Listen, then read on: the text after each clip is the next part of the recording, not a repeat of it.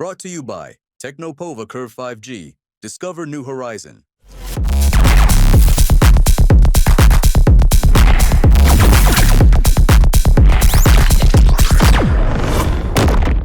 राहुल गांधी कल बिहार दौरे पर थे। उन्होंने कहा है कि जिस तरीके से महाराष्ट्र में चुनाव फिक्स था, बिहार में भी चुनाव फिक्स होने वाला है। देखिए, इसका मतलब है कि वो हार मान गए।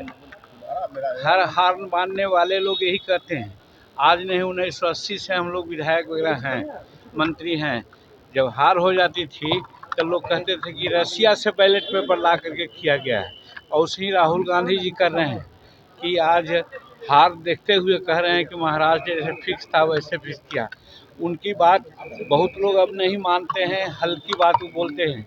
सबसे पहले आज हम नरेंद्र मोदी जी को धन्यवाद देते हैं, आभार व्यक्त करते हैं बिहार की तरफ से कि आज नया टर्मिनल में हम लोग को उतरने का मौका मिला और आप लोगों से बातचीत करने का मौका मिला। चुनाव को लेकर कितने सीटों पर लड़ने की तैयारी है? क्या कुछ चिन्हित भी है? विकास को लेकर लोगों से बात कर रहे थे कि गया में कितना विकास हुआ।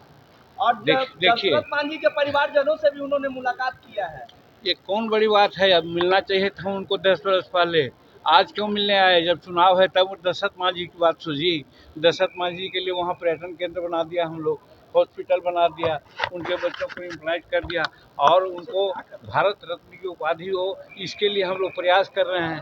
भारत रत्न की उपाधि हो, इसके बारे में राहुल गांधी एक शब्द बोले, इसका मतलब वो राजनीति करने गए हैं। लेकिन बिहार की जनता सब उनके राजनीति को समझती है, इसलिए उनकी बातों का कोई तवज्जो नहीं है। कितने सीटों पर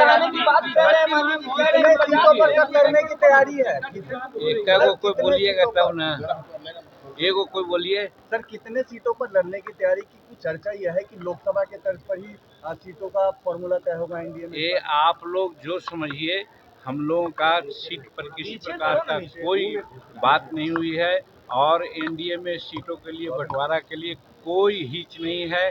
जुलाई के महीना में या उसके पहले बाद में यानी कि अगस्त तक जारी सीटों का हम लोग निपटारा कर लेंगे। अब सबको लड़ने लायक, जीतने लायक सीटें मिलेगी।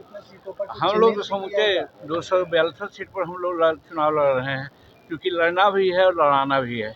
हम लोगों को एनडीए को जिताना है और नरेंद्र मोदी जी को हाथ को मजबूत करना है।